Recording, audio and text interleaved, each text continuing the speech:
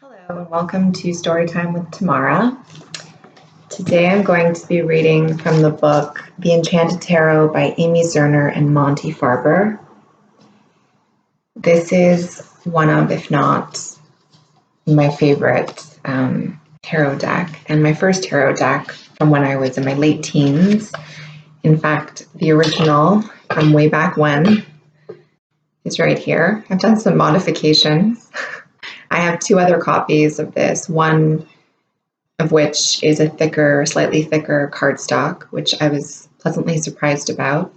And I have a copy that came in the box. And anyway, one came in the, what was it called? The Discovery Kit.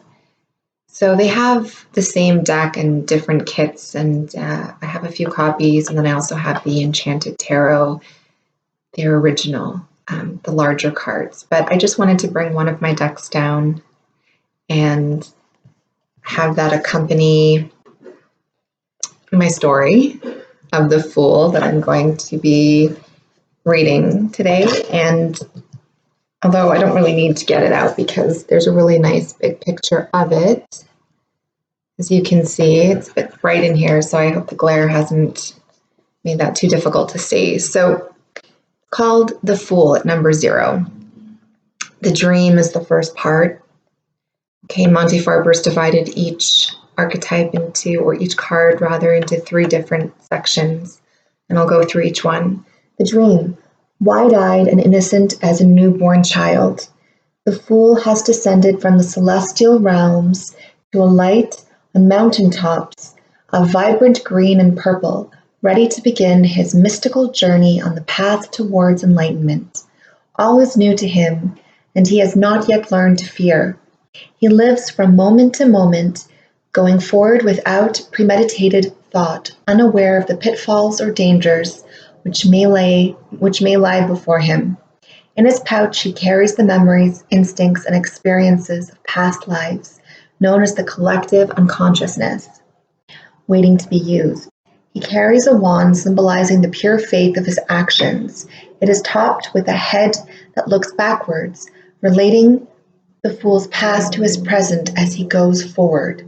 The dog leaping behind him represents the animal nature of our physical bodies and is seen in playful harmony with the Fool, like a pet with a child. The dream is suffused with green, the color of growth, and the sky is filled with the clear new light of a spring season and a shining new life. Like the court jesters who maintained his tradition, the Fool can only tell the truth, for he has no malice or desire. I absolutely love the way Monte Farber writes.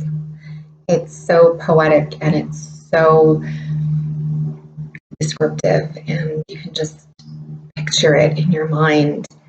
The second part is the awakening. So this is basically, the first part was like a little bit of the story behind that archetype, and now the second part is essentially the card's meaning. So do not overanalyze things. Sometimes you have to just take risks. This is not the time for sophistication or searching for hidden meanings in the words or actions of others. Be as a child, or you will not see the heaven on earth. Do not look back or attempt to anticipate actions or events. It is time for innocence and faith. So I think in this time, especially, it's really nice to know that we can look at the world with big, bright eyes, as if we're seeing it for the first time, and kind of just let everything else melt away and just be like a child. Try and find that inner child and that innocence and the excitement for new adventures ahead. The third part is the enchantment. So if you're interested in doing rituals and that kind of thing, you can always do what's suggested. Blow soap bubbles and think of nothing. If thoughts of the world intrude, see them as soap bubbles floating by and watch them pop one by one. Play with children and let them, not you, guide the play. So as you know, nowadays, everything's child-directed. So we kind of do the observation of seeing the children at play, and then we base our activities on that, on seeing their interests and how they bring those interests to life. Do not try to learn from these activities, just experience them. As adults, we overthink everything. Children, they give the best answers because they're so pure of heart and mind, and they just say it like it is, which is the most obvious response. Yet as adults, we tend to overanalyze and pick things apart and obsess and just blow everything way out of proportion. Before you take their leave, sing a song or sing a round of Ring Around Rosie, the ubiquitous child's game that, like the tarot itself, is a remnant of the ancient time in religions which survived persecution by hiding their wisdom in a game. So basically finding something that's going to lighten the load or lighten the mood and bring a very childlike energy and playfulness to the situation at hand. So that's what I wanted to read today, because I absolutely love and adore Monte Farber's writing. And I love this deck. I love this deck like crazy. And I just wanted to quickly, I should have had this ready. I kind of just did this all spontaneously because why not? And let's see where the Fool is.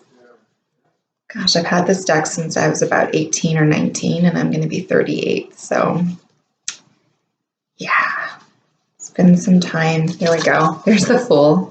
Thanks so much, everyone, for watching Tamara's Tarot and Oracle channel. And I hope that you embody and embrace the energy of the Fool and just relish in it and enjoy it and be like a child and play.